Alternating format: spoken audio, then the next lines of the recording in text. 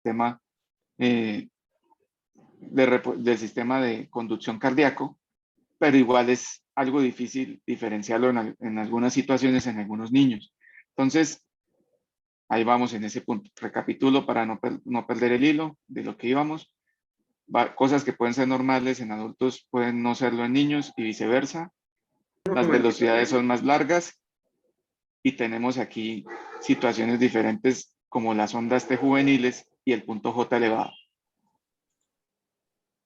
Estos son otras características importantes y comunes en el electrocardiograma pediátrico. También varía el QRS por edad, lo que también implica que varíe el QTC corregido, que depende tanto pues, del mismo QRS como de la frecuencia cardíaca. Hay anormalidades del ritmo que pueden ser normales fuera de las que son patológicas. Y hay algunos signos que pueden sugerir directamente cardiopatías congénitas o miocardiopatías, que son muy específicas y esos datos son los que vamos a dejar para discutir en la sesión de mañana. Las canalopatías también tienen datos fundamentalmente sobre fenómenos de QTC prolongado y hay alteraciones electrolíticas que se ven en el EKG, pericarditis y características de enfermedad de Kawasaki, pero pues estas en general son más de signos isquémicos lo que uno busca. La enfermedad de Kawasaki cobra su importancia pues por los aneurismas cardíacos que genera y por eso es la relación con signos de isquemia. ¿Listo? Ahora la parte número 2, la fisiología. La fisiología de este asunto es propiamente el mismo el electrocardiograma. El EKG es el registro gráfico de toda la actividad eléctrica de la piel y se hace a través de electrodos situados en la piel.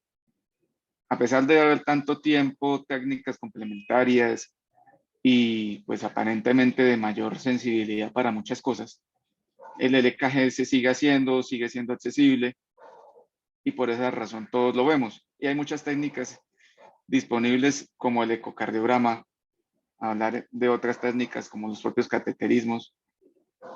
Hay técnicas de tomografía, de emisión de positrones que ya hay aquí en Bucaramanga, pero pues en pediatría no se usa tan difundidamente. Hay resonancia para corazón. Que todos esos procedimientos aparentemente tienen utilidades, incluso el mismo Holter, que es un electrocardiograma prolongado básicamente, no están fácilmente accesibles a diferencia de un EKG. Las consolas por defecto tienen la capacidad de adaptarse para niños y adultos, entonces en ese orden de ideas sigue siendo una herramienta que nos ayuda bastante, incluyendo pues las ventajas que tiene al no ser invasiva. El ciclo cardíaco pues es el fundamento que está detrás de la señal y de lo que vemos, y pues básicamente es la sucesión de las ondas, la onda P, el complejo QRS y la onda T, y pues los fenómenos que hay entre esas tres ondas principales o grupos de ondas que conforman la señal electrocardiográfica. Hay ondas adicionales, fundamentalmente la onda U, incluso en algunos casos especiales de anomalías, la onda epsilon, pues que en general son como cosas adicionales, pero en forma resumida el EKG pues se resume en la P, el QRS y la T.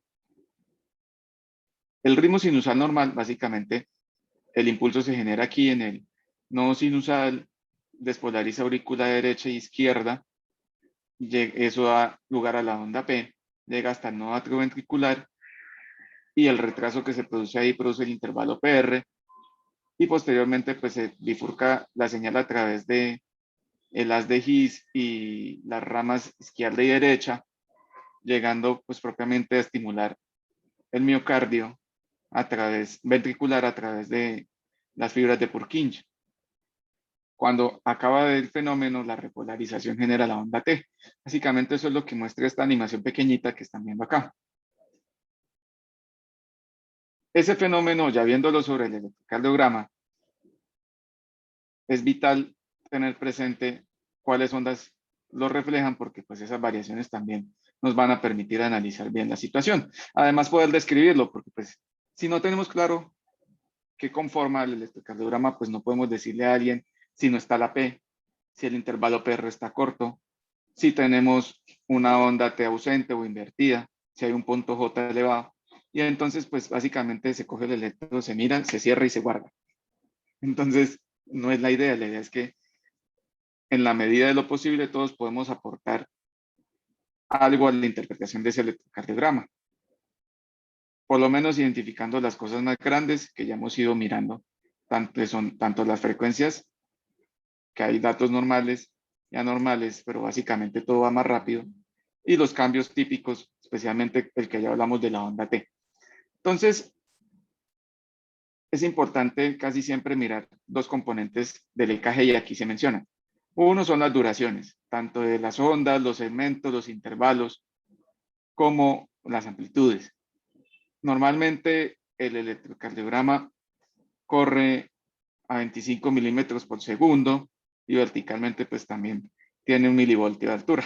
En pediatría se puede pedir que corra a 50, lo que permite mirar con más amplitud el intervalo. En la vida real casi nunca lo hacemos, todo el mundo se confunde, porque como toca multiplicar todo al doble, entonces sabemos que el mismo tiempo va a abarcar el doble de cuadritos, pero al mirar eso todo el mundo se enreda. Entonces, en general, no le muevan el cuadro al EKG, déjenlo en la configuración de adultos, que en general, si necesitan ayuda o algo, al pasarlo a 50 milímetros por segundo, pues quien lo vaya a hacer, vamos a hacer nosotros los pediatras o los cardiólogos, que vayamos a hacer el ajuste. Aquí esto es solo para recordar lo siguiente. El intervalo PR se compone de la onda P y el segmento PR. El QRS, pues es todo este tiempo acá de la despolarización ventricular y se sigue del punto J y el segmento ST. ¿Listo? El segmento ST incluye, pues básicamente, aquí la porción que estamos hablando entre la J y la onda T. Aquí esto se le metieron a la onda T, pero el intervalo ST va hasta acá. Y el intervalo QT involucra, que realmente es lo que uno mira en este caso, uno no mira casi nunca la duración propia del intervalo ST. Incluye el QRS, el propio intervalo y la onda T. Entonces, ese es el dato. También a veces no se mira esto y en algunas arritmias, especialmente en niños, cuenta mirar la duración de los intervalos RR. Pues básicamente la relación importa aquí básicamente para mirar la frecuencia cardíaca en términos generales. Se supone que se mide para hacer el cálculo de la frecuencia cardíaca y eso es un dato que lo traemos y es igual en adultos y en niños. Entonces, fuera de esa información, lo otro es recordar lo de los cuadritos. Cada cuadrito por defecto son 0.04 segundos, lo que se traduce en 40 Una charla milisegundos. de electro. Y en Para que vertical, la escuches. todo esto hacen 10 cuadritos, hacen 1 milivoltio, entonces 0.1. Entonces, sugerencia, no se Pero metan con cada la uno vale configuración del 0.1. EKG. Porfa, Pablo, silenciar el audio. Listo. Entonces, no olviden eso, no se metan con la configuración del electrocardiógrafo, déjenlo quieto. ¿Listo? Porque es más difícil que se aprendan dos interpretaciones. Entonces, aprendan a interpretarlo con la velocidad rápida y punto. ¿Listo? Eso es algo que a veces les dicen, no, que es que el EKG pediátrico tiene que correr a 50. Correr a 50 es solo para facilitar la lectura en ciertos casos, pero en general se corre a 25 y con eso se lee. ¿Vale? Los componentes entonces del plano frontal y del plano precordial. Recordar que existen entonces 12 derivaciones comunes: D1, D2, D3, ABR, ABL, ABF, B1, B2, B3, B4, B5, B6. ¿Listo? El plano frontal son las derivaciones, las primeras que se desarrollaron, las más comunes. Todo esto pues ya tiene el electrocardiograma, al menos en formalidad, tiene prácticamente casi 100 años de historia. Entonces, es mucho tiempo y hay tecnología que se ha ido mejorando respecto de lo clásico. Entonces, ahorita hablamos de algo de eso más adelante. En la siguiente diapositiva les muestro parte de eso que me refiero en cuanto a tecnología, que básicamente deriva de las matemáticas. Estas derivaciones bipolares, D1, D2, D3, significa que necesitan dos puntos de referencia eléctricos para formar y censar pues las variaciones de las ondas, pues censar la actividad eléctrica del corazón. Las unipolares trabajan con un punto de referencia y un solo electrodo, y las precordiales en general también usan esa misma tecnología unipolar, pero la forma de detección cambia. Entonces, plano frontal es como si tuviéramos a la persona literalmente de pie mirándola de frente, y el plano horizontal es como si hiciéramos un corte transversal y eso nos permitiera ver. Aquí viene parte de la información que estábamos hablando de lo que es algo de ciencia, matemática, precisamente. No es dificultoso solamente para que conozcan ese concepto, qué parte se aplica a los aparatos que toman señales, especialmente los más nuevos y los digitales, que es que las derivaciones reales son de 1, de 2 y de 3. ABR, ABL y ABF se pueden deducir por cálculo matemático, como ven acá. Entonces, de 1 menos de 3 sobre 2, eso es suma vectorial, se saca BL. ABR negativo se saca por esto, entonces los equipos internamente miden solo la señal de estas tres y hacen los cálculos matemáticos para obtener las otras tres. Aquí se ve en el gráfico pues lo clásico que recordarán de cómo se obtienen las derivaciones. Entonces de 1 del derecho al izquierdo, de 2 del miembro superior derecho a la pierna izquierda, el de 3 del brazo o miembro superior izquierdo a la pierna izquierda. Y los ABR lo que hace es sumar los dos electrodos, decir complementarios al que está mirando la señal. Entonces ABR, el punto de referencia son el del brazo izquierdo y la pierna izquierda, y se mira cómo varían los voltajes hacia el brazo derecho. Aquí el otro cuarto electrodo siempre ha sido un polo a tierra, como lo vemos acá. En ABR los que se suman son los electrodos del brazo derecho y de la pierna izquierda, y se mira cómo varía la señal en este plano eléctrico hacia el brazo izquierdo. Y en ABF los que se suman para dar como el referente son los dos electrodos de las extremidades superiores. Y se compara cómo varían los datos de electricidad en este plano eléctrico hacia el miembro inferior izquierdo. ¿Listo? Eso es lo que dan aquí, pues el triángulo de Eisenhower y pues la configuración de la rosita o el plano pues realmente hexagonal de las derivaciones. Acá están los ángulos que llevan cada una: ABR a menos 30, ABR a más 30, de 2 a 60, de 1 a 0 grados, me pasó a mencionarlo, ABF a 90 grados, de 3 a 120 y ABR, aquí estamos a menos 150. Un dato importante, no lo olviden, es que los grados en este plano hexagonal se trabajan invertido a como uno está acostumbrado. Lo positivo está hacia abajo y lo negativo está hacia arriba. ¿Listo? Entonces, ese detalle es muy importante. Aquí otro detallito matemático, como ven acá, de 2 se puede obtener calculando la suma de D1 y de 3. Entonces, existen consolas que solo tienen 3 electrodos, 3, D1, D3 y 1 para mirarlas del plano frontal. Y con eso sacan todas las demás por algoritmo matemático. Entonces, es un dato importante conocer de cómo funciona todo.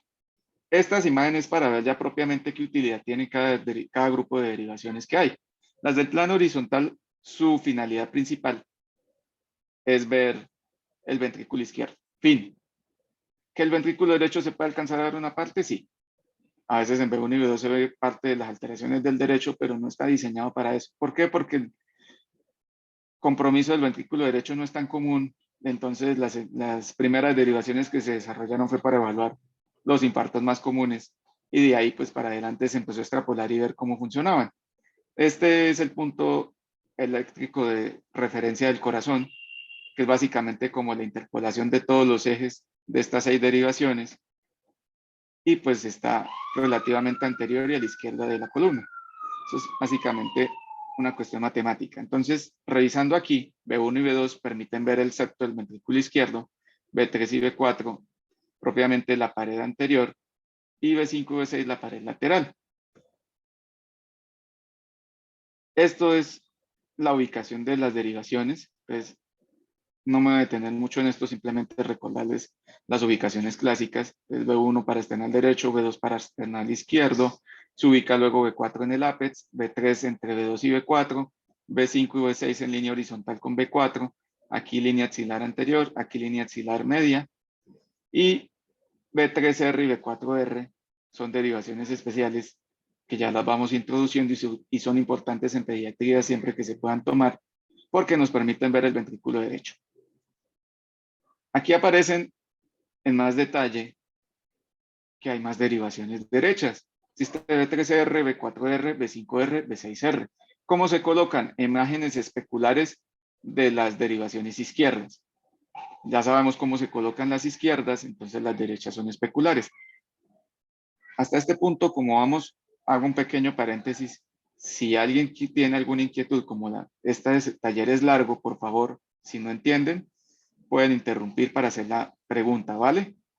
Es mejor ir resolviendo las dudas a medida que vamos avanzando que dejarlas para el final y tratar de devolvernos porque quizá van a perder el contexto y se pierde un poco la utilidad. ¿Listo? Entonces, si alguien tiene alguna inquietud a este momento,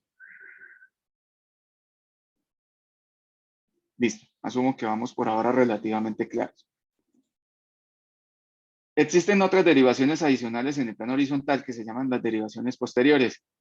Las derivaciones posteriores son B7, B8 y B9. Básicamente, ¿dónde carajo se ponen? B7 se pone en línea axilar posterior. Siguen siendo el mismo plano de B4.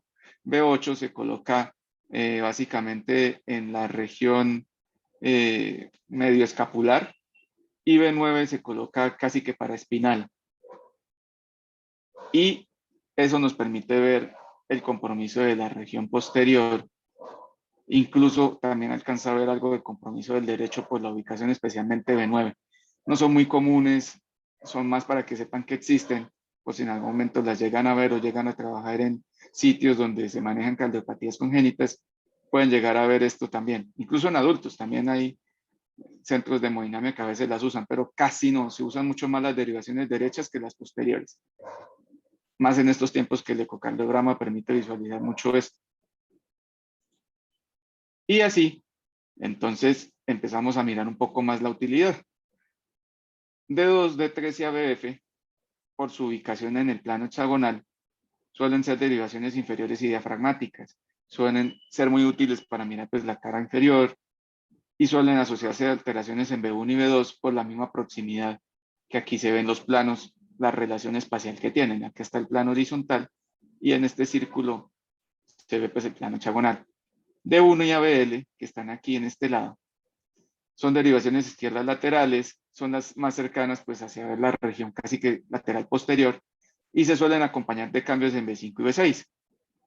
ABR es una derivación especular que está en este lado. Aquí lo mencionan que muchas veces sirve para indicar la colocación correcta de los electrodos, sí, esa es una utilidad, pero también nos sirve en pediatría para ver compromisos casi que a nivel de ventrículo derecho y pulmonar, pues que el ventrículo derecho tiene mucha correlación con el compromiso o alteraciones a nivel pulmonar. Entonces, esta información sigue siendo útil y aplicable. Incluso puede ser aplicable igual que en adultos, porque el contexto de lo que hablábamos de enfermedad de Kawasaki, donde pueden haber alteraciones isquémicas, y también en algunos adolescentes existen unos problemas de los puentes miocárdicos, donde una arteria coronaria queda introducida, tunelizada por dentro del miocardio, y cuando se contrae, especialmente en ejercicio o hace mucha fuerza, se genera un fenómeno de ordeño, de apretamiento y causa isquemia. Y se puede ver la isquemia típica como si fuera un paciente adulto. ¿Dónde están ese tipo de problemas de la enfermedad de Kawasaki, de los puentes miocárdicos en la coronaria izquierda, muchas veces en la descendente anterior y en otros casos en la circunfleja? Casi nunca suele, pues no decir casi nunca sería, eso sería muy radical y realmente no es así. Mucho menos frecuente sería la palabra, comprometen a la coronaria derecha ese tipo de fenómenos isquémicos. También existen fenómenos isquémicos trombóticos en pediatría, pero son mucho más infrecuentes. Esta es una imagen tridimensional de lo que veníamos hablando para visualizarla, para facilitar la percepción de dónde están las derivaciones. Entonces, D2, D3 y ABF, aquí se ve la cara inferior del ventrículo izquierdo, B1 y B2, el septum interventricular, la pared anterior B3 y B4, pues le permite verla aquí, estas dos derivaciones, aunque parte de esa región anterior la ve B5 y B6, y la región lateral la ve de 1 a BL, e incluso algunos aparatos permiten hacer el cálculo de la negativa o invertida de ABR. Al hacer eso nos permiten ver la pared lateral. ABR está aquí, si la vemos invertida sale aquí. Entonces es igual o más útil que incluso B5 o B6 para ver esa pared lateral. Entonces ese es el contexto que tenemos ahí. Es muy importante que recuerden esos conceptos porque igual siguen siendo de utilidad tanto en niños como en adultos. ¿Por qué les muestro ahora esto? Existen aparatos ahorita incluso portátiles. Esta es una consola que funciona con Android. Ha subido mucho el precio por la devaluación ahorita del dólar, pero pues existen consolas incluso de este nivel que facilitan la toma de las señales. Y aquí podemos ver ejemplos de lo que les decía, que solo esta trabaja solo con 4 electrodos. Uno de polo a tierra, 2 que permiten la ubicación de las derivaciones de plano frontal, y este cuarto electrodo para obtenerlas del plano precordial que vayamos necesitando. Entonces, ese es un ejemplo de lo que hablábamos de la tecnología y cómo se ha ido simplificando para reducir fundamentalmente el número de electrodos. La fisiopatología propiamente, aquí vamos a hablar un poco de lo que es, de dónde venimos y a dónde vamos a llegar. Ya mencionábamos que partimos de unos electrocardiogramas con ondas picudísimas en el lado derecho y ondas negativas, pues también picudísimas, pero negativas al lado izquierdo, y que se volvían pues hacia la circulación del adulto, perdón, hacia las características del adulto con el paso del tiempo. La gran mayoría de cambios en los primeros 2 años y luego gradualmente hasta llegar prácticamente a la adolescencia, los últimos cambios. ¿Eso qué trae detrás? El fenómeno de adaptación neonatal o circulación transicional, que básicamente pasar de depender de una placenta a depender de unos pulmones. Entonces, este esquema, ¿qué es lo que nos trata de explicar con relación a eso? Tenemos una placenta que en la vida fetal hace el intercambio gaseoso y pues se encarga de suministrar la sangre oxigenada al cuerpo. Llega, pasa, circula hasta el corazón, se pasa a los pulmones y llega al cuerpo. Eso es lo que dice acá. Entonces tenemos básicamente la placenta pasando la sangre oxigenada. Los números reflejan el porcentaje de oxigenación. No se imaginen que va a ser una oxigenación igual que la de los adultos. Se asume que las saturaciones de oxigenación que manejan a nivel fetal son de este orden, 35%. No perdón, la P2, perdón, estas presiones de 35%. En ya la vida postnatal las presiones de oxígeno son de 60, por lo menos. Entonces, ven la diferencia, que no se van a esperar que la cuestión maneje los números igual. La placenta pasa a la vena umbilical, el ductus, la aurícula derecha, el foramen oval, aurícula izquierda, ventrículo izquierdo, la aorta, predominantemente va hacia la cabeza y la mitad superior del cuerpo y regresa. Hay circulación hacia la región inferior del cuerpo, pero los gradientes de presión y pues la ubicación del mismo ductus arterioso, que es el conducto que une el corazón y los pulmones, y o sea, la circulación pulmonar y la circulación sistémica, proviniendo la sangre desde el corazón, la ubicación de ese conducto hace que la mayoría de circulación vaya hacia la región superior del cuerpo. Por eso el cambio de color acá. ¿Listo? Primero voy a mostrar así con estas gráficas y luego miramos con un video un poco más detalladamente el asunto, para que se entienda un poco mejor, porque yo sé que a veces es difícil visualizar esto con solo flechas, sin algo dinámico. Aquí ya cambian los colores. Siempre por convenciones la sangre oxigenada es roja y cuando se mezcla es rosadita o púrpura, como le quieran pues decir, dependiendo pues de ahí de la percepción. Y azul pues para la sangre desoxigenada total. Como se ven entre las dos gráficas, cambia mucho fundamentalmente la oxigenación de la región inferior del cuerpo, y pues dependemos mucho ya propiamente de la circulación pulmonar.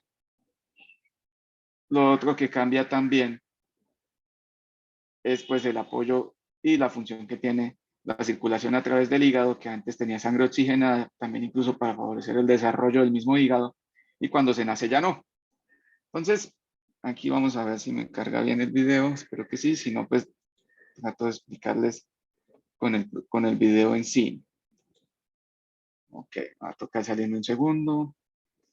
Porque, no, ya lo cargo, listo. Démosle un tris, a ver si la animación arranca. Listo.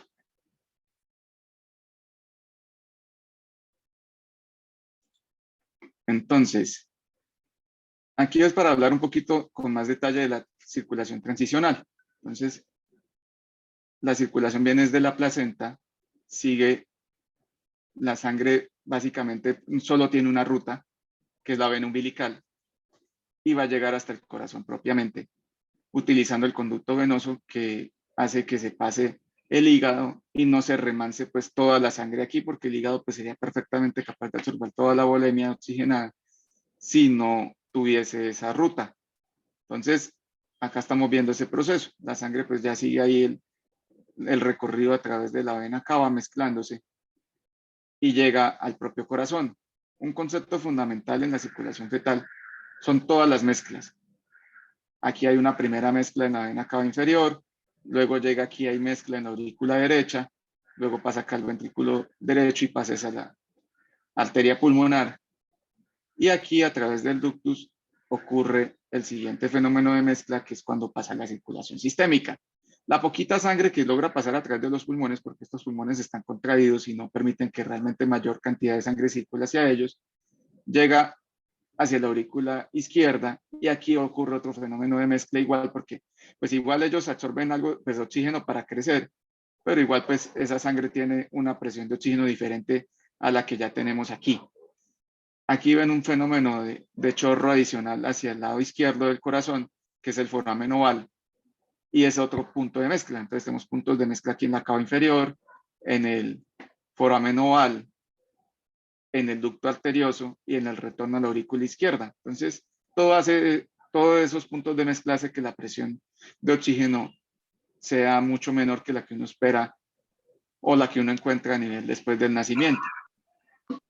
Y a pesar de eso, esa presión suele ser suficiente pues, para el desarrollo de la mitad inferior del cuerpo. Siempre se le da prelación a la mitad superior fundamentalmente para el desarrollo neuronal y esa es la razón fundamental de la fisiología de eso. El ducto arterioso es vital y casi que todos estos cambios, ¿por qué los mencionamos cuando hablamos de electrocardiograma? Porque todo esto hace que dependamos fundamentalmente del ventrículo derecho para nuestra circulación, nuestro trabajo de bomba cardíaco antes de nacer.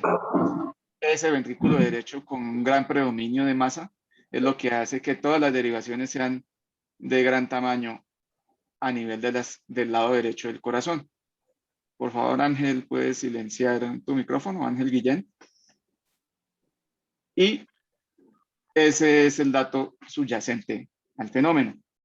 Ya después, cuando cambiamos a la edad postnatal, pues ya tenemos que la placenta no está, que los pulmones se abrieron y pues eso disminuye la presión, la resistencia a nivel pulmonar y hace que toda la carga de circulación pase al ventrículo izquierdo. Eso no sucede tan rápido, eso no es tan fácil. Entonces, en ese paso transicional son frecuentes varias cosas. Una, la codominancia. Entonces, llega un punto casi siempre entre los 6 meses y el año donde cuando uno toma un electro, se ve casi que parejo todo. Incluso ya veían que hacia el mes ya se ve esa codominancia de los dos ventrículos, porque el ventrículo derecho todavía está gruesito y el izquierdo está aprendiendo a que tiene que trabajar más. Ese mismo fenómeno de codominancia y el aumento pues, de trabajo del ventrículo izquierdo hace que en ese proceso sean más comunes extrasístoles, tanto ventriculares como auriculares, alteraciones de la morfología del QRS, también es más frecuente que pues, lo que hablábamos pues, de la misma onda T que está invertida. Entonces, esos cambios, ahí ya les menciono otras variaciones del electropediátrico del de adultos, hacen que no se pueda tomar la misma interpretación en niños que en adultos. Y básicamente toda esta recuperación de la circulación fetal hasta la circulación ya madura es lo que fundamenta todas las diferencias del EKG pediátrico. Como les decía, ese proceso de adaptación pues sucede la mayor parte en los primeros 2 años, pero hay cambios incluyendo en la parte del sistema de conducción que suceden después, que se dan hasta los 12 años. Entonces persisten las morfologías de bloqueo de rama, persiste la onda T invertida, persisten las extrasístoles con más frecuencia, persisten incluso algunos niños pueden tener ritmos nodales.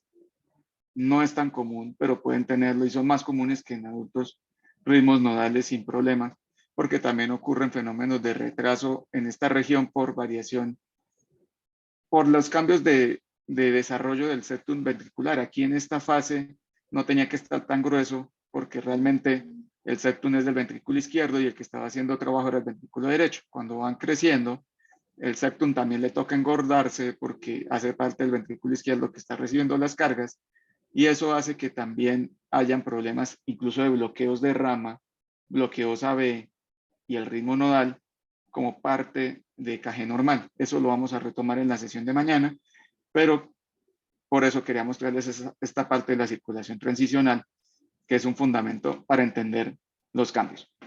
Aquí ya vimos la presentación y seguimos. ¿Qué ocurre paralelo a esa adaptación cardíaca y a los cambios? Pues el pulmón al relajarse también disminuye muchísimo la resistencia vascular pulmonar, aumenta el flujo sanguíneo pulmonar, hay pues los cambios de presiones en el cuerpo y en general pues elimina el cortocircuito de derecha a izquierda. Estos conceptos se los dejo porque fundamentalmente es importante que los conozcan. Después también les haremos llegar copia de esta presentación para que puedan sacarle provecho.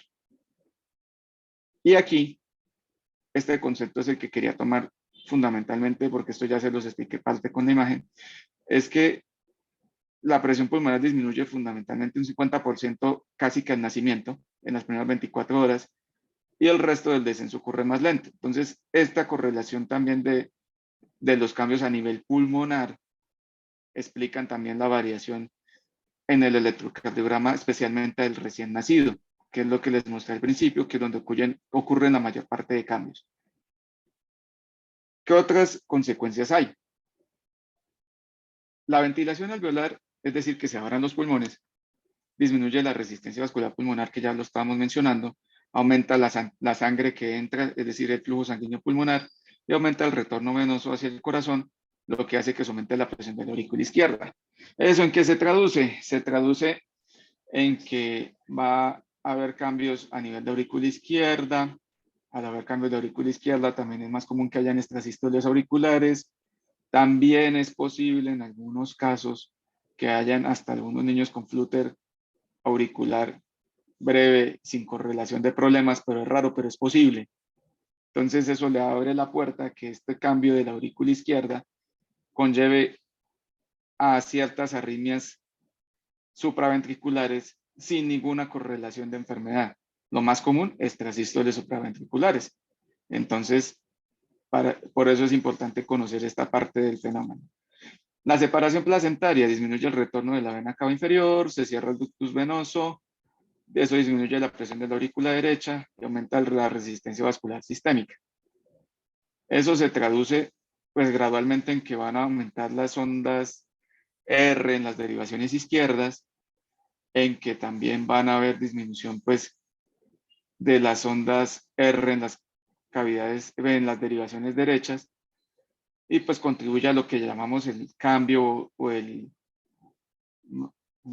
viraje, se llama la palabra, de la progresión de la R, de una R alta en derivaciones derechas hasta R chiquitas en derivaciones izquierdas al nacer, a R's pequeñas en derivaciones derechas, a R's altas en derivaciones izquierdas. Creo que eso lo recordarán de EKG de adultos, de esa progresión normal. Entonces, este cambio también se correlaciona con esos fenómenos a nivel del corazón. ¿Qué otra cosa sucede? Disminuye la presión de la aurícula derecha, aumenta la presión de la aurícula izquierda. ¿En qué se fundamenta esto también? Se cierra el foramen oval. Cuando pasa esto de que aumenta el retorno venoso, esa presión hace que el foramen oval se cierre así. Me ubico para que se vea en la imagen. Listo. ¿Qué sucede ahí con el foramen oval? El foramen oval básicamente es un huequito que lo forman dos capas, que son básicamente el ostium secundum y el ostium primum. Eso es embriología. Solamente recuerden que son dos capitas del septum interauricular que se comportan así como aleticas. Entonces, cuando aumenta la presión de la aurícula derecha, eso hace que esto se cierre así. Y la misma presión de la aurícula derecha aumentada por el retorno venoso se cierra. Entonces, esa presión aumentada hace que eso se cierre anatómicamente y pues desaparezca el foramen. Variaciones de ese cierre suceden, entonces hay niños que nunca lo cierran, queda incompleto, siempre queda abierto, otras veces realmente es corta la porción del ostium secundum y entonces resulta que queda el huequito porque nunca se van a poder cerrar por completo, entonces queda una CIA, porque realmente el foramen se tiene que formar este tipo de solapamiento, cuando queda abierto es que queda entreabierto ese solapamiento y realmente cuando hay un defecto por cobertura es lo que llamamos CIA o comunicación interauricular. ¿Listo? Entonces, esa información va correlacionada con este punto. ¿Qué significa eso también? Eso también se ve en el electrocardiograma, a veces esa persistencia de esos defectos interatriales como muescas en el QRS. Y a veces en este punto también el ductus arterioso a veces no se cierra, entonces esos cambios favorecen que todavía el ventrículo derecho siga sobrecargado por aumento de presión pulmonar, por aumento del flujo, y eso pues hace que persista las derivaciones derechas con voltajes grandes y no haga el viraje. Entonces, conocer todos estos fenómenos que están subyacentes le ayudan a uno a pensar qué cavidad va a estar todavía gruesa, si las del lado derecho van a persistir con presiones aumentadas que las mantengan gruesas o si van a hacer el cambio hacia lo normal del niño grande y el adulto, donde lo que predominan son las cavidades izquierdas. Entonces, traer esto en mente facilita entender qué es lo que estamos viendo y si vemos algo anómalo, imaginarnos dónde puede estar el problema. ¿Listo? Y en la última parte de esta sesión, que es lo que vamos a trabajar en el tiempo que nos queda, es la lectura sistemática. La lectura sistemática es propiamente recordar cómo es la secuencia de lectura y el significado propiamente de cada onda que vimos antes. Y en los casos que haya correlación de lo que ya vimos de la adaptación con las ondas, pues lo vamos a ir tocando. Antes de empezar con este punto, ¿alguien tiene alguna inquietud sobre lo que hemos hablado? ¿Necesita alguna ampliación o vamos bien? Buenas noches. Quería preguntar si los electrodos o las chupas que le dicen para los electrocardiogramas pediátricos son los mismos de adultos o si son de otra medida, porque muchas veces no lo hacen que porque no tienen disponibles de ese tamaño para Ok, pediatría. José. La cuestión es que sí hay diferencia. Que uno puede hacer un electrocardiograma con los electrodos de adulto, especialmente las pinzas son las más complicadas, porque si tienes las pinzas de adulto donde todavía hay electrocardiogramas con pinzas, pues se vuelve difícil porque casi siempre puedes utilizar las pinzas de adultos con niños hasta los 7, 8 años, porque a los demás ya les quedan gigantes. Entonces, en los más pequeñitos necesitamos electrodos adhesivos. Ahí vamos sobre los electrodos adhesivos. Los electrodos adhesivos se pueden utilizar igual en niños y en adultos mientras quepan en el espacio del tórax y quepan pues en las muñecas. Los de las muñecas y los pies pues no hay mayor problema de usar los mismos electrodos de adultos casi que todo el tiempo. El problema va acá en el pecho, porque si se solapan los electrodos, porque el gel es conductor y si quedan uno montado sobre el otro, ya eso va a causar interferencia con lo que registra cada electrodo. Entonces, se pueden utilizar mientras el espacio del tórax permita que no se monten uno sobre el otro o que hagan contacto. Si tienen los de chupas, pues es más difícil porque la edad no lo permite del todo.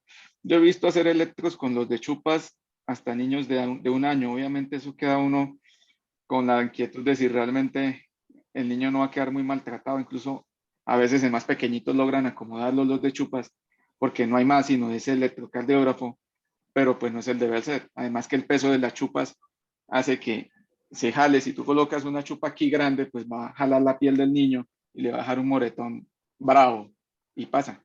Entonces a veces cuando se usan esos de chupas en niños muy pequeños, dejan un moretón más grande que en los niños grandes, adolescentes y adultos.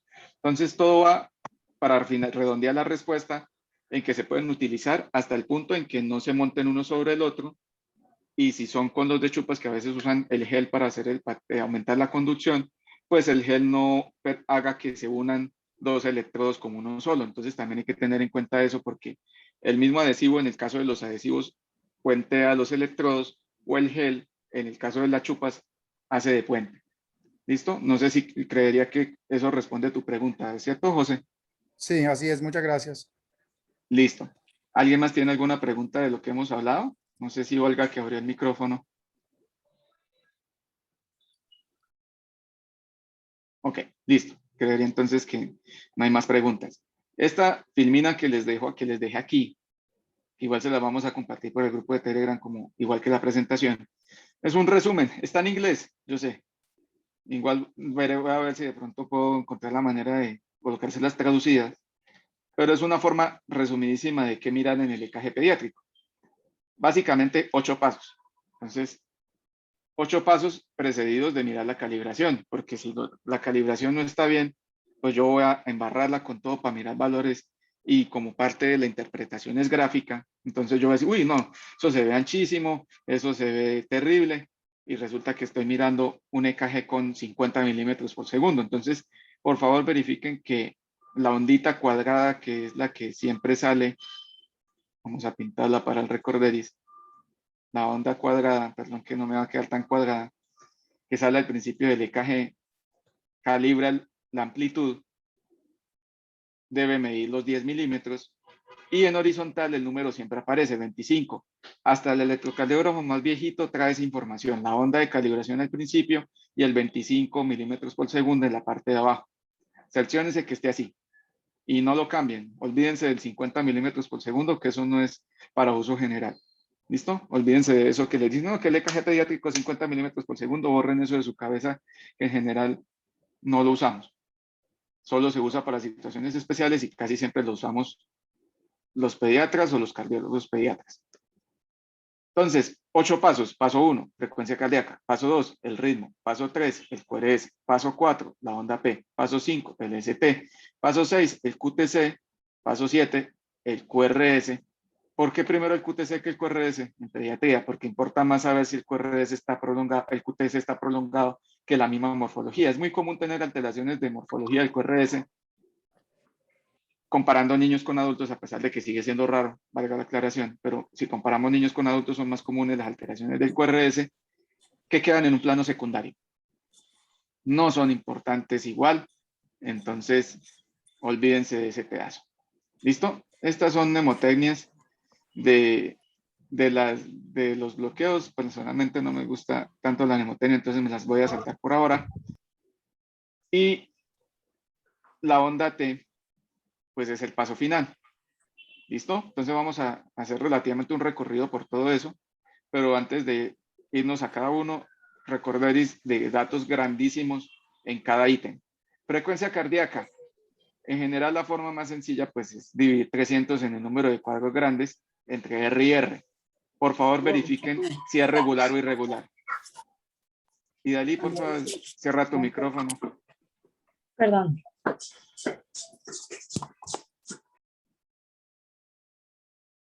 Y ese dato es muy importante saber si está irregular. El ritmo. Por favor, miren siempre en D2. Por favor, miren siempre en D2. El ritmo no se mira en otra derivación. De hecho, la frecuencia cardíaca también se recomienda mirarla ahí. Y casi que todas las alteraciones adicionales se recomiendan sobre la misma derivación. Otra derivación que pueda apoyar para mirar estas cosas es B1. Pero en general, D2 es la derivación recomendada. ¿Eso a qué le suena? Hasta el momento igual que en adultos. Entonces, no harían tantas cosas de la forma práctica. O sea, el trabajo de ustedes, de todos nosotros que no somos cardiólogos, pues es llevar la secuencia. El ritmo sinusal siempre va a tener su onda P antes del QRS, va a tener una onda P de morfología normal que básicamente es positiva en D2. Eso sigue siendo igual en niños que en adultos. El PR va a tener pues su rango normal, que ahí sí nos toca irnos a las tablas. Y el QRS propiamente ya nos interesa saber dónde está el eje. Eso lo miramos más adelante. En general, el eje tiende a ser derecho cuando se empieza. Y pues realmente es posible tenerlo hasta 180 grados. Ahorita lo miramos, pero en general 180 grados, si hacemos la cruz, estaríamos por este lado, ¿cierto? Porque dijimos cuando mirábamos al principio que los grados, cuando miramos las derivaciones, que los grados se miran en inverso de cómo son normalmente. Entonces, hacia abajo y hacia la izquierda para hablar de positivos. Entonces puede ir hasta 180 en quienes en menores de un año. Ya de 1 a los 8 años es lo que se espera es que vayas en el cuadro normal, es decir, aquí en este eje. Y ya en los niños adolescentes es posible que incluso esté por acá arriba un poco. Ahorita lo retomamos en la sección de QRS. La onda P básicamente en su forma es que mirar la amplitud y la morfología. Ondas P altas, la pulmonar, la onda P mitral. Ahorita lo tomamos de nuevo. El segmento ST, ¿qué importa? Que esté isoeléctrico fin. Ahí importa mirarlo del punto J, el QTC. Hay tablas y calculadoras disponibles en internet, disponibles para apps. Eso lo miramos probablemente también en la siguiente sesión, algunas aplicaciones que nos ayudan para interpretación del EKG. Con eso abriremos la sesión próxima. Mirar aplicaciones que nos sirven para esto. Hay por lo menos dos. Una muy útil que yo uso y otra que no la uso tanto, pero que también es útil para este proceso. El QRS, ya les decía que era mirar la morfología, pero es más común que hayan patrones de bloqueo de rama. Y la onda T, recordar la inversión de la onda T. Entonces, arranquemos por partes. Ya miramos este orden, entonces no olviden frecuencia cardíaca, ritmo, eje, la onda P, el PR, el QRS, el ST, la T y el QT. Recordando que en niños es prioritario mirar primero el QTC. El ritmo, recordar las características del ritmo sinusal, la onda P detrás de QRS, un PR regular. No olvidar propiamente ya el eje del QRS en el plano de referencia. Y me interesa de aquí que se acuerden de esto. El eje se sitúa en 120, 130 cuando nacemos, está por acá, y va rotando hacia la izquierda, perdón, hasta llegar al eje normal. En menores de un año está entre 90 y 100, y mayores de un año ya entra aquí a ser lo normal. Entonces, hasta este periodo del año podemos tener ejes desviados a la derecha, y de ahí para adelante pues ya es normal, como en los adultos, y puede haber un eje ligeramente desviado a la izquierda, como miramos antes, en los adolescentes. ¿Listo? Entonces, deben medirlo siempre. Pregunta de este detalle. Este es el cuadro de los cuadrantes. ¿Quién se acuerda de cómo podemos mirar el eje del QRS? ¿Qué método podemos usar? Hay dos sencillos. ¿Quién se acuerda de alguno, por favor? El paralelo entre D1 y ABF. Sí, ese es uno. Ese es el método de los cuadros. Mirando el QRS de D1 y ABF. Sí, de acuerdo. Sale perpendicular, creo, perpendicular. Bien, esa es una forma. Cogemos cómo está el QRS en D1 y cogemos cómo está el QRS en ABF. Uno mira, si está este más positivo y este, pues digamos menos positivo, pues el eje va a estar por aquí. Puede hacer uno la suma gráfica de dónde está el QRS. Si el ABF está negativo, pues va a estar aquí con un D1 positivo, pues el eje va a estar aquí. Si tenemos un D1 negativo por este lado, con un ABF positivo, pues el eje va a estar por acá. Y si ambos, el D1 está negativo, pero la negatividad es pequeña, con el ABF muy positivo, pues va a estar en este dato, aquí. ¿Eso de qué depende? Nos toca sumar los voltajes, entonces uno mira pues hacia dónde predomina el QRS en esas derivaciones. Ese es un método. El otro método es mirar de todas las derivaciones del plano frontal, cuál es la que tiene más isobifasismo, es decir, cuál es la que es más igual lo positivo que lo negativo, y la perpendicular es la que lleva al eje. Entonces, por ejemplo, vamos a pasar acá. No tengo acá esa gráfica, pero voy a pintar acá. En esto me detengo porque casi siempre es lo que más les cuesta a todos saber dónde está el eje. Entonces, lo que estaba diciendo era, por ejemplo, tenemos una suma neta de voltajes aquí para D1 y una suma neta de voltajes aquí para BF. Entonces el eje va a estar aquí. ¿Listo? Este sería el eje aproximadamente a más 30 grados. Si tenemos una BF por aquí en magnitud aproximada y digamos así, el D1 negativo y el ABF también negativo, pues el eje va a quedar por acá, desviado a la izquierda, indeterminado. Casi que caer en este cuadro no sabe uno si es extremo izquierdo o extremo derecho, por eso se llama indeterminado. Entonces, es posible, es raro, pero es posible tenerlo ahí. Entonces, ese es un método. Vamos a borrar. Listo. Esperen, me regreso.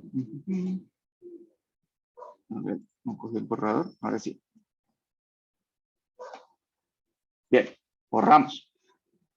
El otro método que estábamos hablando, y son los dos que hay que aprender más, es que, por ejemplo, tenemos acá una onda que es así, prácticamente igual lo positivo que lo negativo. Vamos a decir que esa onda es D3. D3 está aquí. Por acá está D2. Acá está BL. Acá está BF. Perdonen que no me quede tan recto, pero para propósitos prácticos nos permite trabajar. Aunque aquí no me quedó tan perfecto el encuadre, si D3 es la isobifásica, el eje está en D2. ¿Por qué? Por fenómeno eléctrico, si yo tengo esta línea, este eje de D3, y la señal eléctrica del corazón va sobre este, pues cuando pase primero por este lado, va a alcanzar a pintar una parte aquí. Y cuando pase, porque la señal del EKG se voltea también, sobre este mismo eje de 2, también se va a pintar en el otro lado. Entonces, en forma resumida, siempre que vean esta derivación así, igual para un lado que para el otro, el eje va a estar en la derivación que es perpendicular. Entonces, ahí, ¿cuál es la clave? Saber cuál es perpendicular a cuál. Pues eso en la rosa es fácil de recordar, pero entonces lo colocamos. D3 va con D2. Esa es una pareja. La otra pareja es ABR casi que con el negativo de ABL. Estaría por acá. D1 es perpendicular con ABF. Entonces, si la isobifásica es ABF, el eje está en D1. Si la isobifásica es D1, el eje está en ABF. Si la isobifásica es ABL, si es ABL la isobifásica, el eje también estaría cercano a D2. ¿Listo?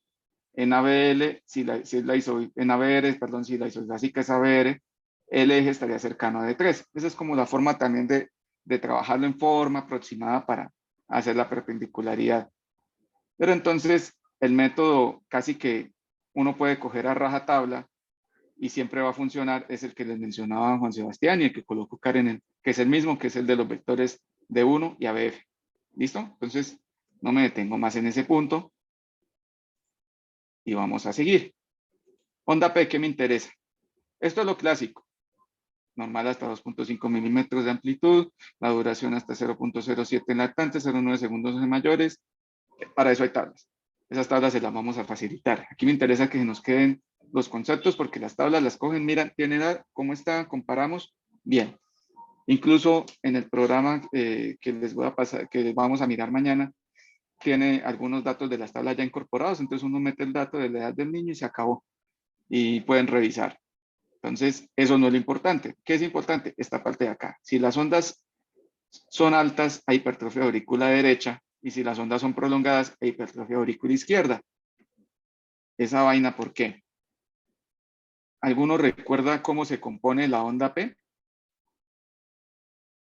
¿Qué significa la onda P? ¿Quién me ayuda a recordar eso? Ese concepto lo habrán escuchado varias veces. ¿Quién me ayuda a recordar?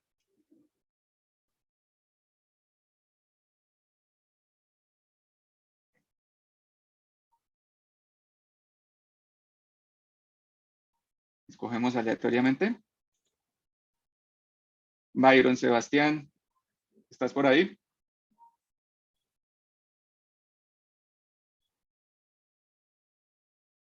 Byron parece que no tiene el micrófono activo. Natalia, ¿nos puedes ayudar? ¿Te acuerdas qué tiene la onda P? Es la despolarización de la aurícula derecha y la aurícula izquierda. Listo, no cierres el micrófono porque es la segunda pregunta que es lo importante y a veces la gente no se la hace. Si hay dos aurículas, ¿por qué no hay dos ondas P? Porque una se, Es que es como la superpone con la sumatoria otra. de ellas. O sea, Listo, se hace aunque como sigue. el ascenso, si no estoy mal, es la despolarización de la aurícula derecha. Y el descenso, la de la aurícula izquierda. Listo. Entonces, todos están bien, tienen la idea. Gracias a todos los que hablaron. La respuesta es, sí hay dos ondas P. Sí existen dos ondas P. Solo que el fenómeno ocurre como se ve acá. No sé quién se le quedó el micrófono abierto. No alcanzó a ver. Porfa, quien tenga el micrófono, si no lo puede cerrar. Gracias. Listo. Entonces, grábense este concepto. Si existen dos ondas P. Porque eso es lo que a veces hace difícil que la gente recuerde, pero porque es que la mitad inicial es ascendente y la otra mitad es descendente. Realmente existen dos ondas P. Pero ocurren en forma simultánea y casi que hacen un efecto sumatorio. Entonces, es lo que ven acá. La onda de la aurícula derecha va primero y la de la aurícula izquierda va después. ¿Por qué? Porque así es la forma del corazón. Si el nodo sinuatrial está a la derecha, pues toda la corriente llega primero al lado derecho que al izquierdo. Y eso hace que la onda vaya primero aquí. Entonces son sumatorias, pero como la actividad inició primero en la aurícula derecha, por eso se asume que la rama inicial es de la aurícula derecha. Y la izquierda llega después a la fiesta, llega tarde. Entonces, cuando ya viene el voltaje bajando de la aurícula derecha, resulta que la aurícula izquierda apenas está terminando el proceso. Entonces, ahí es donde ella contribuye al lado izquierdo de la onda P. Entonces, eso se refleja en B1 de esta manera, un gran predominio inicial de la onda atrial derecha y una onda atrial izquierda negativa pequeña. Eso por la relación espacial de B1 con las aurículas. Y eso explica que a diferencia de lo que a veces le enseñan a uno, la onda B1 no es simétrica en hacia arriba y hacia abajo. Siempre es más grande la parte positiva que la negativa. ¿Listo? Entonces, cuando esa relación se invierte o sea es igual, es probable que haya un agranamiento auricular izquierdo. Entonces, acá está la imagen de las ondas P anormales, la P mitral y la P pulmonar. Se les llama así básicamente por el problema valvular que suele haber que ocasiona el agrandamiento atrial respectivo. Entonces, la P mitral casi siempre es un problema obstructivo en la mitral que hace que la aurícula izquierda sea grande y por eso se llama así. Entonces, como hay más aurícula que despolarizar, persiste la despolarización de esa aurícula izquierda y se forma una segunda joroba o un segundo pico en la onda P. Y en la onda B1 hay una deflexión negativa aumentada. Y en la P pulmonale, como la aurícula derecha se sigue despolarizando, incluso oculta la despolarización de la aurícula izquierda, o hace un efecto sumatorio, entonces se hace grandota en D2 y se exacerba el patrón normal con una prominencia de esa onda positiva, de esa deflexión positiva, como se le llama a las desviaciones hacia arriba o hacia abajo, deflexiones en ese B1. ¿Listo? Seguimos. El PR básicamente es el segmento, él importa muchísimo el segmento más la onda, como dijimos. varía muchísimo con la edad y la frecuencia cardíaca. Existen sus tablas. ¿Por qué es importante? Por los bloqueos. Porque es importante por la preexcitación. Entonces, cuando se alarga, pues hay bloqueos. Los bloqueos pueden ser variante de normalidad. Aquí devuelvo y les recuerdo el concepto. Es posible tener bloqueo de primer grado como variante normal. Es posible tener bloqueo de segundo grado como variante normal. ¿Cuál de los de segundo grado? De eso mañana volvemos a tocar. En general, el MOVIS 1. El MOVIS 2, en general, no suele ser normal en pediatría, ni siquiera como variante. Entonces hay patología. Y obviamente el bloqueo completo no es normal en pediatría. Que puede haber ritmo nodal en medio de ese contexto, sí, a veces el ritmo nodal se roba el ritmo a pesar, sin haber realmente un bloqueo atrial. Entonces, esa es una cuestión especial de pediatría, pero en general el bloqueo de tercer grado no se suele ver en pediatría como variante normal. Miocarditis puede dar PR alargado, alteraciones iónicas también, y recuerden el lupus, especialmente en recién nacidos, hay anticuerpos contra el tejido de las de His y hace que haya un PR alargado. ¿Listo? El PR corto básicamente ese Wolff Parkinson fue su principal representante, pero hay también otras canalopatías que hacen el problema. Eso lo tocamos también mañana, repasar esos datos. EKG pediátrico, esta básicamente es una tabla de variación que lo que ayuda a recordar es que va variando tanto con la frecuencia cardíaca como con la edad. Entonces, si tenemos una frecuencia cardíaca más alta, pues es un PR más corto. Fin.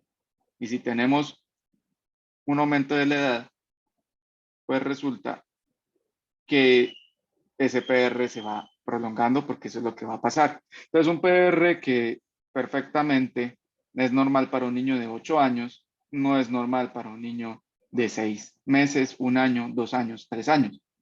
Entonces, por favor, no se confíen, puede haber un bloqueo. Y si tienen un paciente con clínica, síntomas clínicos y tienen bloqueo de pronto por no mirar las tablas y asumir como al vuelo cuáles eran los valores, dejaron de interpretar que tenía un bloqueo de primer grado y nunca le pidieron entonces un ecocardiograma y el paciente se fue sin estudiarse adecuadamente. Entonces, depende del contexto clínico, la edad y pues estos valores normales. Esto también nos refleja que el EKG pediátrico, y nos recuerda eso, depende muchísimo, muchísimo de la frecuencia cardíaca. Y la edad también influye en relación a eso mismo, fuera de la cuestión de el desarrollo muscular. ¿Listo? Este es el PR. Repasar simplemente los fenómenos de un PR normal, de un PR prolongado y un PR corto que es preexcitado. El PR normal, pues va la relación de circulación aquí por las aurículas, llega aquí al tejido, hace el paso por el nodo AB y el tejido de las de His y bien. El bloqueo de primer grado, pues hay un problema aquí en el tejido nodal o en el propio haz de His y se prolonga.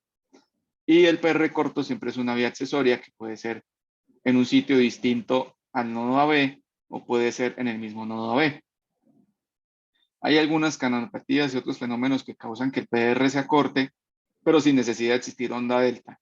Entonces, la onda delta es del Wolff Parkinson, pero no es la única forma de preexcitación que existe. Entonces, no se acostumbren a que la única forma de detectar un PR corto es la onda delta.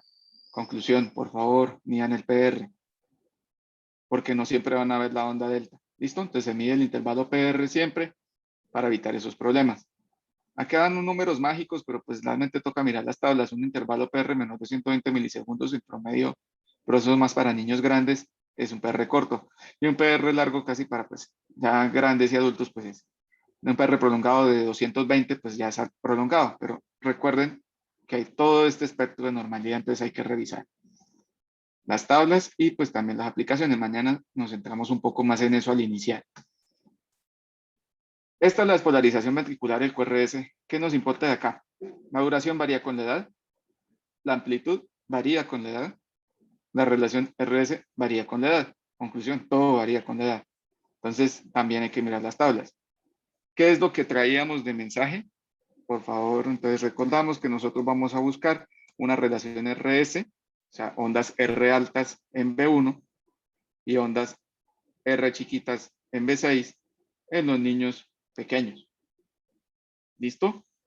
Y especialmente hasta el año se ve eso, que es lo que ya veníamos hablando antes, que casi toda la transición se da pues en el primer mes, pero muchos de los cambios persisten hasta el año, otra gran parte hasta los 2 años, y todo es mucho más gradual, lo poquito lo que falta de ahí para adelante, pero la mayor parte de los cambios ocurren en el primer mes, la segunda parte en los primeros 6 meses, otra parte en el año y la otra parte a los 2. Conclusión, los 2 años iniciales son lo fundamental y donde se dan la mayoría de variaciones. Entonces, quizás sea más relajado interpretar un EKG de un niño de 3, 4, 5, 6 años. Siempre las dificultades están con los niños más chiquiticos. Ya lo que esperamos pues, que ocurra especialmente después de los 2 años es que ya la progresión sea muy parecida a la del adulto. Aquí hablan incluso de 6 meses, pero ustedes van a ver muchas veces electrocardiogramas de niños de 6 meses y 2 años que todavía se parecen a los que describen tradicionalmente con los más pequeños. Entonces, recuerden que igual es posible todavía encontrar esa predominancia derecha, o sea, RS, ondas R altas en B1 y ondas R no tan altas en B6 en ese periodo. Y pues ya después de ese periodo sí se parece más al adulto. Recuerden también lo otro que les hablaba, que en ese periodo entre 6 meses a 2 años existe lo que se llama codominancia, que es que pueden ver perfectamente ondas R altas en B1, ondas R altas en B6, solamente que no eran tan altas como si miráramos el EKG de ese mismo niño antes de ese periodo, o sea, en el primer mes, 2 meses, 3 meses, probablemente entre los 6 meses y los 2 años, van a ser muy parecidas en ambos extremos de las derivaciones del plano precordial, pero de menor amplitud. Bien, entonces, esto adicional es para recordarles eso, no olviden la progresión. Entonces, lo normal del adulto es que como la masa ventricular está aquí a la izquierda, pues las ondas R, recuerden lo que siempre les dicen de adultos y nos enseñan cuando aprendemos EKG, que las ondas R son vida. Vida es que más masa muscular. Entonces, donde está la mayor masa muscular, ahí están las R. Si estamos en codominancia, pues hay R en todo lado. Y si hay dominancia derecha, pues las R están en el lado derecho. ¿Listo? Esa gráfica ayuda a recordar eso. Y aquí, el espectro de morfologías que pueden ser normales en pediatría. Normalmente uno mira esto y infarto. En pediatría en algunos casos, especialmente todavía donde empezamos en la vida, en los recién nacidos, puede verse todavía morfologías QS y sean normales. Ahí se nos complica la existencia, pero es posible. Pueden haber entonces R, RS, donde la R es mayor que la S, o patrón donde la R es menor que la S, el QRS clásico, solo QR, QS que ya estábamos hablando, una Q más grande que la R, un patrón mellado que es bastante frecuente, casi siempre el patrón mellado lo que lleva primero es una R pequeña y una R más grande después.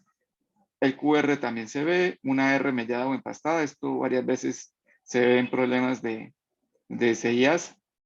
Realmente no se ha logrado describir que eso sea patognomónico realmente. Entonces es un dato que puede dar algo de contexto de que existe el problema, pero no nos permite hacer diagnóstico. Ay, entonces yo vi esto, ay, sí, eso debe ser que tiene una CIA. Realmente no. Se ha visto en casos, pero no lo suficiente como para decir que esa es la explicación en todas las situaciones. Y este caso es como si fuera este mismo, pero no existe una onda S, sino son dos picos que no alcanzan a bajar. Entonces hay muchos fragmentos o QRS fragmentados, como se llama. En el estudio que realizamos en el 2009, alcanzamos a ver ondas QRS de 4 ondas reales.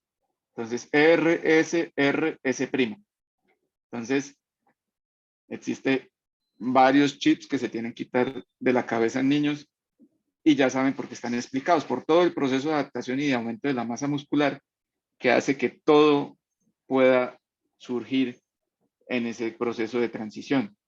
Recuerden extrasístoles, recuerden bloqueos, recuerden alteraciones de las morfologías de las ondas y pues lo mismo de las ondas T, que es al final del EKG.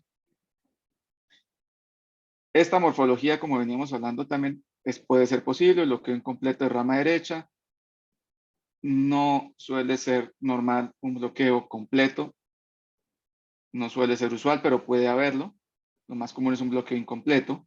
Bloqueos de rama izquierda son raros como trasfondo normal. Entonces, si ustedes ven un EKG pediátrico con bloqueo de rama izquierda, es anormal hasta que no se demuestre lo contrario. Lo mínimo que suelen tener es un problema de conducción aberrante y un problema de reentrada. Eso es Wolff-Parkinson-White, que casi todo el mundo se acuerda de que hay un complejo raro con Wolff-Parkinson-White. También existen esas morfologías de bloqueo de rama en las taquicardias ventriculares, pero pues esa es otra situación diferente. ¿Listo? Entonces, ese es un detalle importante, no lo vamos a detallar más en este pedazo donde vamos. Los semibloqueos anterior izquierdo, posterior izquierdo y el bloqueo completo de rama. Acá están las características. Ya nos venimos ahorita para acá para detallar. Me interesa que recuerden su existencia. Estos semibloqueos sí son posibles normales en niños. No son comunes, pero son posibles. También vamos a detallar un poquito más de esas cosas mañana. Pero me interesa que recuerden que eso puede pasar y se pueden encontrar con eso. Entonces, todos estos bloqueos que van a causar, bloqueos de rama derecha, el incompleto, el eje puede no moverlo. Punto. ¿Qué es lo que hay que recordar? Los patrones mellados en las derivaciones derechas del plano precordial. El bloqueo completo sí desvía el eje a la derecha. Y los bloqueos completos de rama izquierda desvían el eje a la izquierda. Los semibloqueos básicamente dependen de la ubicación. El anterior izquierdo desvía a la izquierda y el posterior desvía a la derecha. ¿Por qué? Porque la región posterior está más cerca del ventrículo derecho y la región anterior está más cerca del ventrículo izquierdo. ¿De dónde? De donde está la masa ventricular. Entonces, un poquito de imágenes para recordar esos bloqueos. Entonces, si tenemos un bloqueo en la rama izquierda de las de His, la conducción inicial de la corriente va a estar del lado derecho. Esa es una conducción rápida, lo que da unas ondas R pequeñitas en B1 y en B2 con básicamente un patrón que pudiera decirse que sería una Q en B5 y en B6, pero es tan pequeña que usualmente no se ve. Luego llega el segundo vector de despolarización, que es el de la masa ventricular, y ese es opuesto. Entonces se lleva todo hacia el lado opuesto y por eso se ven estas ondas S profundas en las derivaciones precordiales derechas y unas ondas picudas anchas en las derivaciones izquierdas. Este mismo patrón pues se va a ver cuando es incompleto, pero pues aquí la cuestión es que los incompletos son los fasciculares. Vamos a centrarnos primero entonces en el bloqueo de rama derecha. También eso se... Aquí no lo traje, no. Me regreso acá. En bloqueo de rama derecha, básicamente invertir la situación. Entonces estas derivaciones se van a ver acá y estas derivaciones se van a ver en el otro extremo. Hasta este punto no vamos a tocar los semibloqueos porque es una condición especial, los miramos en la siguiente sesión con más detalle. Me interesa que se lleven el dato de que los bloqueos de rama izquierda desvían el eje a la izquierda, el semibloqueo anterior es izquierdo por naturaleza muscular, entonces desvía a la izquierda, y el bloqueo de rama derecha completo e incompleto con el semibloqueo posterior están hacia el lado derecho del corazón, entonces desvían el eje a la derecha. Fin. Ya estamos acabando este recorrido. Esto es hipertrofia ventricular. También hay criterios para estas derivaciones de estos hipertrofias ventriculares por edades. Entonces, hay que tener en cuenta simplemente qué es lo que yo debo buscar si sospecho que hay un agrandamiento ventricular de uno de los dos lados. Básicamente es una dominancia en ese ventrículo cuando no debería haberla. Si yo tengo un niño pequeño y veo que tiene R's altas en B6 y tengo ondas S profundas en B1, pues yo tengo una hipertrofia ventricular izquierda. Ese niño no tiene por qué tener esa morfología, esa configuración con una R mostrando masa ventricular izquierda alta y unas ondas S profundas en las derechas. Por excelencia, ¿qué es lo que hay cuando hay ese agrandamiento auricular, ventricular izquierdo? Hay un problema a nivel aórtico, coartación de aorta, problemas a nivel del tronco aórtico, hasta un tronco arterioso puede dar esos fenómenos. Hay otros fenómenos que se llaman hipertrofia obstructiva del ventrículo izquierdo. Entonces, uno va asociando lo que ve con dónde puede estar el problema. El problema es cuando lo que está agrandado es el ventrículo derecho. porque pues en niños pequeños la hipertrofia ventricular derecha es más difícil porque per se el ventrículo derecho es el grande. Entonces lo que se ve es una acentuación del patrón normal, con unas R's muy altas, unas S muy profundas en el lado izquierdo, que exceden lo normal para esa edad. Ahí obligatoriamente toca irnos a la tabla. No hay diagnóstico visual de hipertrofia ventricular derecha en un niño pequeño, a diferencia de lo que sí se puede ver con el ventrículo izquierdo. Y en niños grandes, pues igual los criterios, tampoco es normal que haya una hipertrofia ventricular izquierda, entonces es fácil de correlacionar. ¿Listo? Entonces no vamos a ahondar en criterios, solo vamos a tener en cuenta esa definición general. Listo. La onda Q puede ser normal en pediatría, otro pero, ¿cierto? Normalmente en adultos esperamos que no aparezca casi, por no decir que nunca, básicamente de uno, y a ABL es donde uno espera en niños, en adolescentes y adultos, pero en pediatría pueden estar en D3 y en B1 y ser normales, normales. Entonces, hay que tener esa salvedad porque no entonces empezamos a mandar un niño a cardiología, pues no, por favor, cardiología, ecocardiograma, porque es que va a estar enfermo, no tiene ni dificultad respiratoria, crece bien, está gordo, no se fatigan para comer nada, no tiene absolutamente nada y le dieron por alguna razón, el niño hizo algún evento, no, que se puso como moradito para comer, resulta que estaba enfermo del pulmón, un problema respiratorio y alguien le pidió un EKG, vieron una onda Q y terminó en cardiología sin ninguna necesidad. Entonces, para eso es este contexto. Segmento ST, lo normal es que se hizo eléctrico, pero en los niños puede estar un poco elevado, hasta 1 milímetro en las derivaciones del plano frontal y 2 en las precordiales.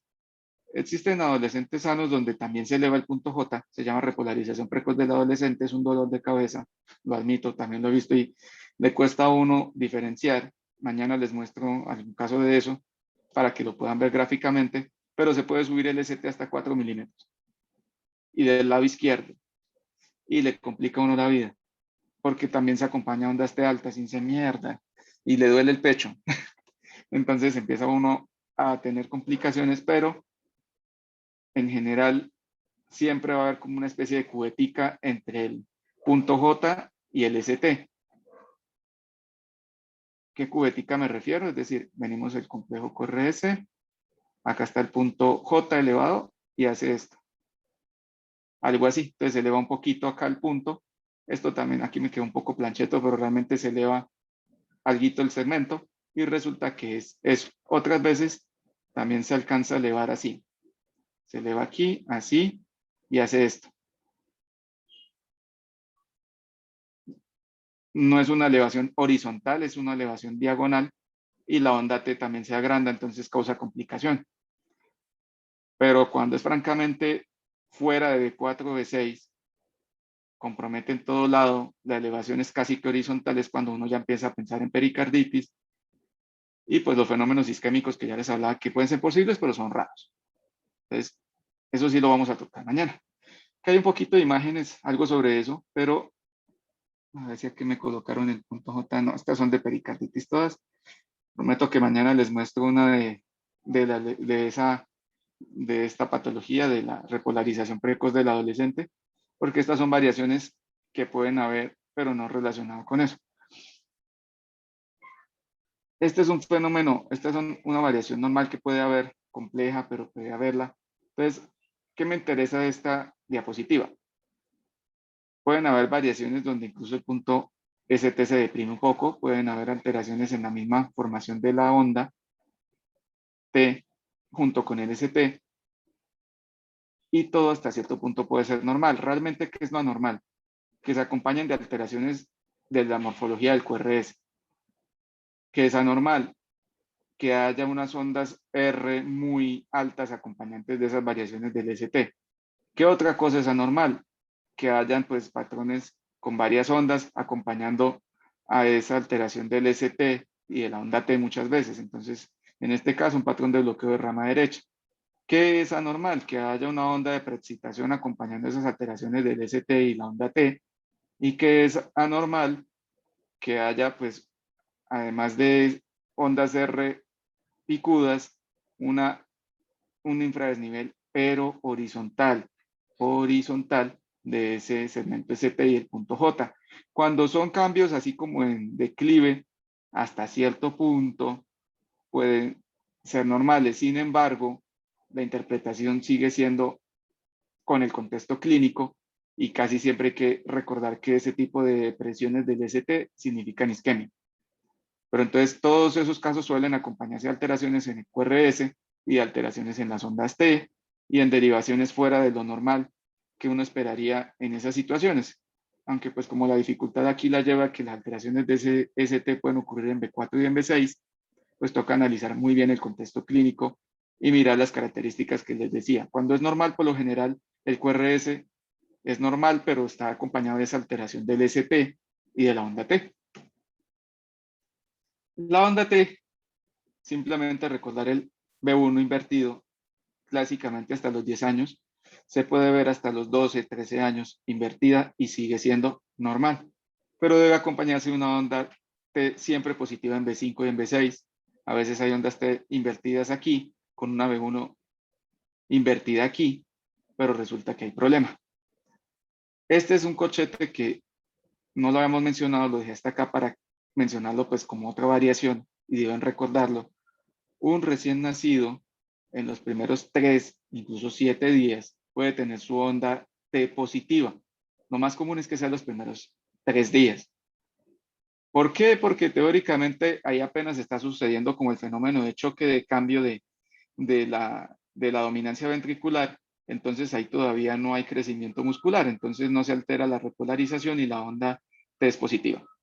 Pero rápidamente empieza a suceder los fenómenos de cambio muscular, de agrandamiento, entonces la onda T se voltea y sigue siendo así hasta grande. Entonces, si tenemos una onda T persistentemente positiva, pues ya vamos a tener un problema de hipertensión pulmonar, es lo más común como trasfondo, aunque también puede haber simplemente un fenómeno obstructivo del ventrículo derecho sin hipertensión pulmonar.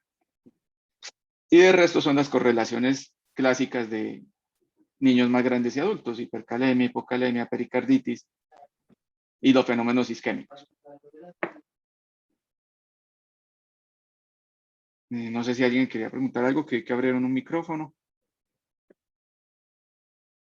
No, listo. El QTC varía con la frecuencia cardíaca, pueden hacer el cálculo manual. Realmente a estas alturas, en los tiempos informáticos, todo hay programas para eso, hay páginas web que calculan el QTC. ¿Qué es lo importante? Las tablas. Entonces hay tablas para mirar eso por edades. Entonces esas se las vamos a compartir para que puedan revisar. Cuando tengan su niño, por favor, vayan a las tablas. Si el QTC está prolongado, casi siempre es congénito. Es lo primero que uno asocia, pero también en pediatría es frecuente que sea por medicamentos.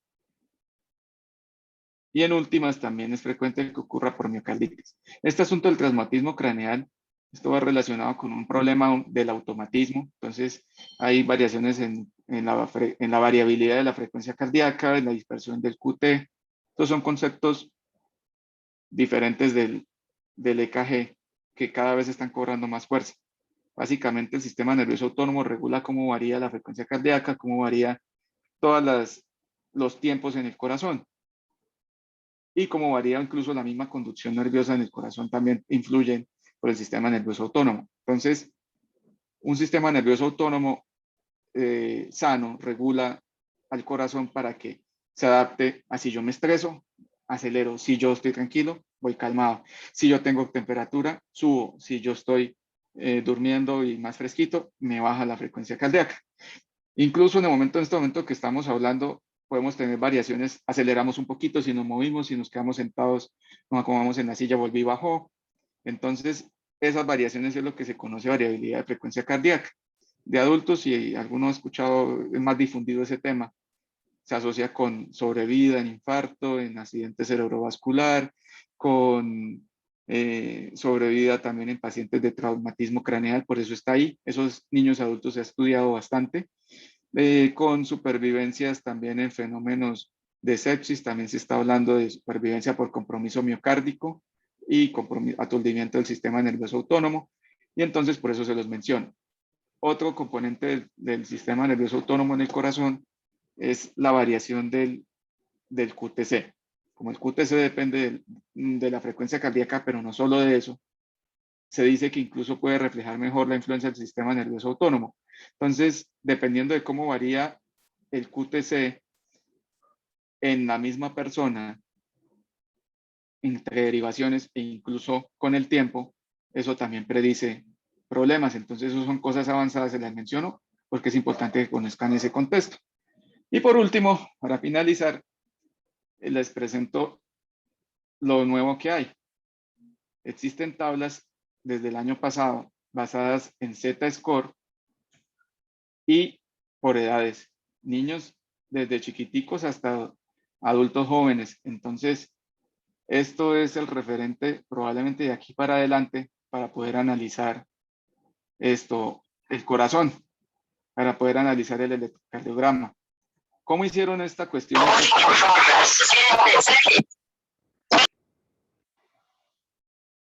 ¿Listo? Creo que ya pudieron cerrar ese micrófono. Gracias. Listo. ¿Qué hicieron? Buscaron electrocardiogramas de 27.045 personas sanas. Revisaron 102 variables electrocardiográficas. Obtuvieron 2.758.590 puntos digitales. Y de eso derivaron 3.264 nomogramas con Z-scores. Y entonces se obtuvieron patrones electrocardiográficos normales derivados de señales digitales que se convierten en nuestro referente actual. ¿Por qué están las flechas acá? Y no es lo clásico de -2 y +2. Se vio que realmente el punto referente para ser como equivalentes a lo que se conoce actualmente y lo que ya se ha estudiado no es 2 ni -2, sino -2.5 y +2.5 en esas tablas que están en ese estudio. Dos cosas ahí. Entonces, uno, recordar que a partir de ahora, pues probablemente va a ser más útil trabajar con las tablas de Z-Score. Igual, esto va a tener que seguir, surtir validaciones en las patologías porque no existen criterios. Apenas las tablas salieron, entonces apenas van a salir los estudios para validar estas tablas en las patologías y ver si el punto de corte que establecieron los autores se tiene buen rendimiento o no lo tiene. Y dos, pues es importante la señal digital. Ya casi que todos los electrocardiógrafos manejan señal digital. Yo no sé si alguno de ustedes todavía ve electrocardiógrafos con señal de aguja. Cuando yo me formé todavía existían esos aparatos de aguja que marcaban la señal en el papel de esa manera, pero directo. Uno veía que casi iba avanzando a medida que uno veía la señal, iba formándose, era con la aguja y no había ninguna pantalla de cristal.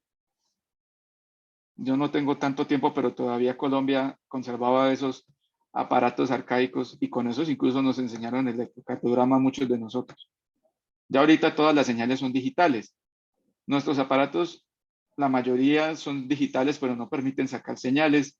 En los hospitales más grandes ya hay varios que permiten sacar la señal que tiene el aparato a una USB y analizarlo en el software del aparato. Y ya hay aparatos como el que les mostré que guardan la señal netamente digital y se puede analizar y estudiar. ¿Qué se ha visto?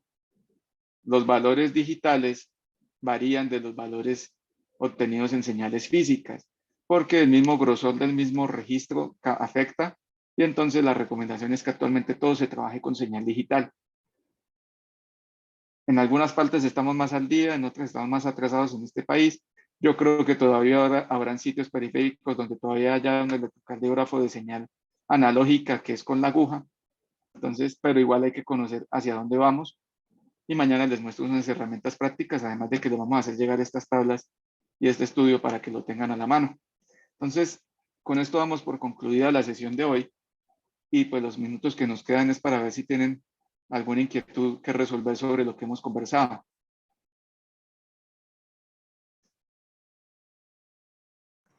Doctor, los Z-score es para cada uno de los valores de las ondas y de los valores del QRS, etc. Exactamente, por eso no les presenté. Yo creo que mañana les muestro un poco más del artículo igual, pero por eso no lo incluí acá porque pues están las tablas para todo.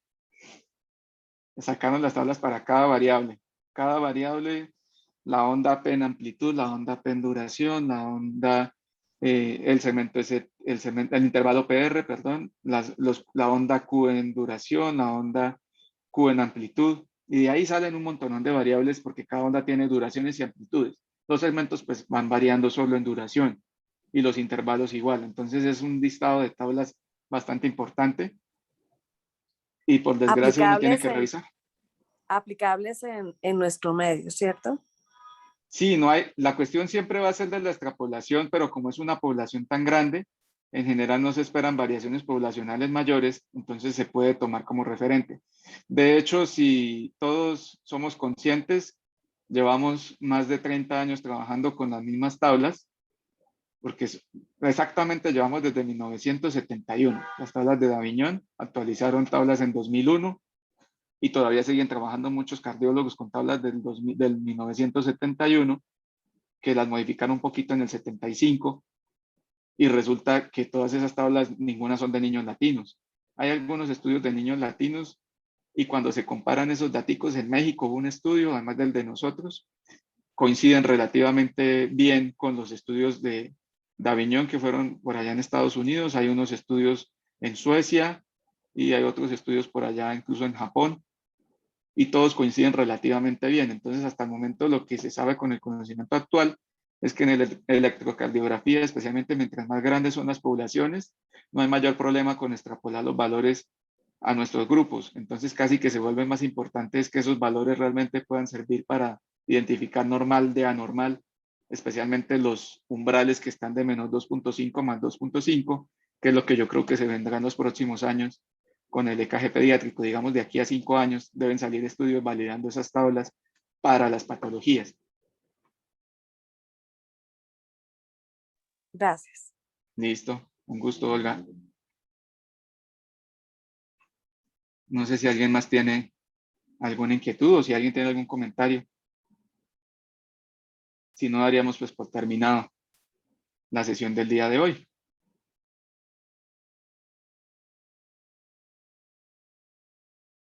Bueno, yo creo que entonces en ese orden de ideas, pues agradezco a Nixon pues la coordinación de esta sesión, a todas las personas pues que se pudieron conectar el día de hoy. Igual va a haber grabación pues de esta charla, se las facilitaremos luego para que puedan pues retomar pues a su criterio la información y pues sacarle más provecho. Y pues mañana nos centraremos en mirar más las variaciones y en mirar los programas con los que pueden apoyarse para la interpretación y especialmente pues para poder revisar los datos en forma más rápida y pues con eso facilitarles pues que se puedan enfrentar un poquito mejor al electrocardiograma de niños. Entonces, un gusto y buena noche para todos.